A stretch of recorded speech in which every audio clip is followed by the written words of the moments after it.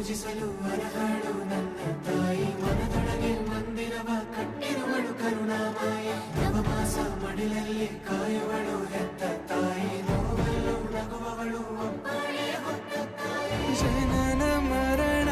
ಜಗದ ಸಂತೆ ಅದಕ್ಕೂ